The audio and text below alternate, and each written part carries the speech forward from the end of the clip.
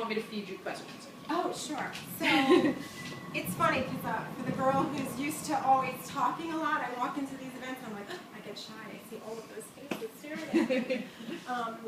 So I usually start off with a Q&A just to kind of get to the heart of it, so that you all made your point to come here tonight, which I really want to thank everyone. And I'm so sorry I was late. I'm usually a nut about time. So, but I'll just start with a little introduction about myself. It's kind of a common question people ask, how I got to where I am today, and it's basically been a 15-year journey that started when I was 24, and food was something I had really always loved, and I thought because I couldn't afford a culinary education, it was out of reach for me all those years ago.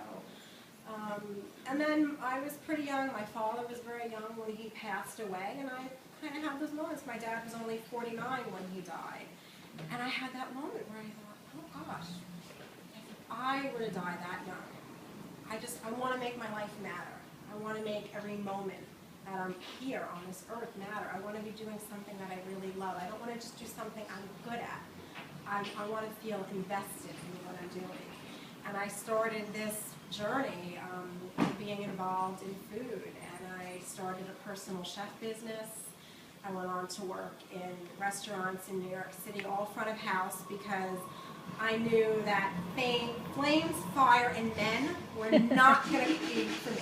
I'm a little bit of a strong personality, which is why I went to the front of house method. And then once I became a mom, it was really challenging being in the restaurant business, and that's how I started. I went into event planning. And then when the Essex House closed, I figured, okay, that is pretty much as good as it gets for that part of the career. So I decided to marry my journalism degree with my food degree. And I'm really happy. It's been a long path, but I think it was definitely the journey I was meant to take, because every step of the way, I did it on my terms. There's so much about life that we can't control, but every time it throws you a curveball, it's just about how you handle it, how you receive it, how you kind of throw it back to life and say, this is how I'm doing it, and that's very much how I've been living my personal life and my professional life. But I would really love to throw it to you